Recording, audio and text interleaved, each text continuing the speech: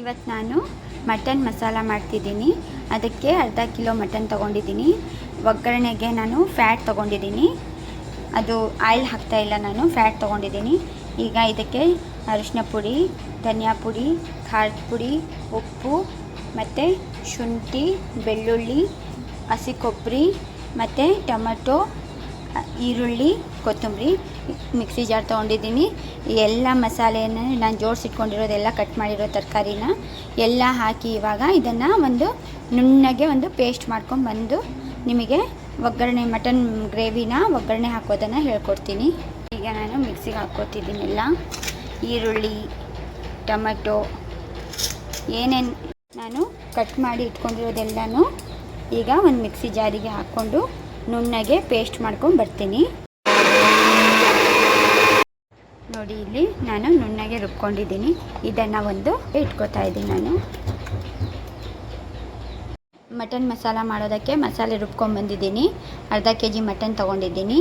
ಪುದೀನ ಮತ್ತು ಇದು ಆಯಿಲ್ ಬದಲು ನಾನು ಇವತ್ತು ಫ್ಯಾಟ್ ಹಾಕ್ತಿದ್ದೀನಿ, ಮಟನ್ ಫ್ಯಾಟ್.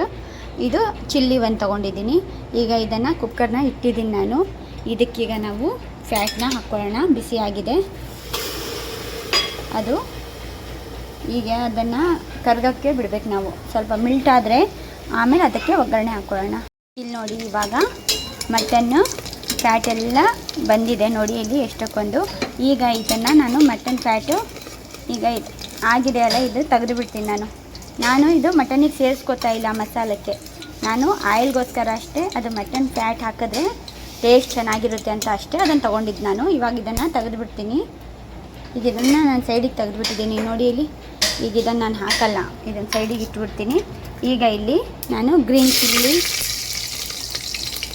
ಮತ್ತು ಇದನ್ನು ಸೇರಿಸ್ಕೊಂಡಿದ್ದೀನಿ ನೋಡಿ. ಈಗ ಒಗ್ಗರಣೆಗೆ ನಾನು ಮಟನ್ನ ಸೇರಿಸ್ಕೊತಾ ಇದ್ದೀನಿ.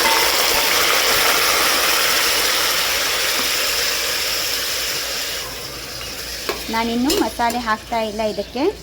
ಒಂದೆರಡು ನಿಮಿಷ ಅದು ಫ್ಯಾಟ್ ಹಾಕಿದ್ದೀವಲ್ಲ ನಾವು, ಅದಕ್ಕೆ ಇದು ಸ್ವಲ್ಪ ಇದಾಗಲಿ ಅಂತ ಹಾಕ್ತಾಯಿದ್ದೀನಿ ನೋಡಿ. ಇಲ್ಲಿ ಕಾಣಿಸ್ತಿದೆ ಅಲ್ವಾ?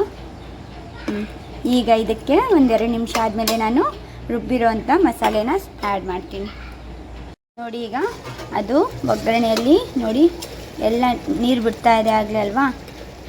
ಈಗ ಬೇಯ್ತಿದೆ ಅಲ್ವಾ? ಈಗ ಇದಕ್ಕೆ ನಾವು ರುಬ್ಕೊಂಡಿರೋಂಥ ಮಸಾಲೆನ ಒಂದು 3 ಸ್ಪೂನ್ನ ಆ್ಯಡ್ ಮಾಡ್ತಿದ್ದೀನಿ ನಾನು ಇದನ್ನು ಚಪಾತಿ ಜೊತೆಗೆ ತಿನ್ನೋದಕ್ಕೆ ಮಾಡ್ಕೊತಿರೋದು. ಅದಕ್ಕೆ ಇದಕ್ಕೆ ನಾನು ಈ ಥರ ನೀರೇ ಆ್ಯಡ್ ಮಾಡಲಿಲ್ಲ, ಹಂಗೆ ಒಂದು 5 ಕೂಗಿಸ್ಕೊತೀನಿ ನಾನು ಇದನ್ನೀಗ ನೋಡಿ. ನಾನು ಮಸಾಲೆ ರುಬ್ಬಬೇಕಾದ್ರೇ ಇದಕ್ಕೆ ನಾನು ಉಪ್ಪನ್ನ ಸೇರಿಸ್ಕೊಂಡಿದ್ದೀನಿ. ಅದಕ್ಕೆ ಈಗ ಇದನ್ನು ಕುಕ್ಕರ್ ಮುಚ್ಚಿ ಒಂದು 5 ಕೂಗಿಸ್ಕೊಳ್ಳೋಣ.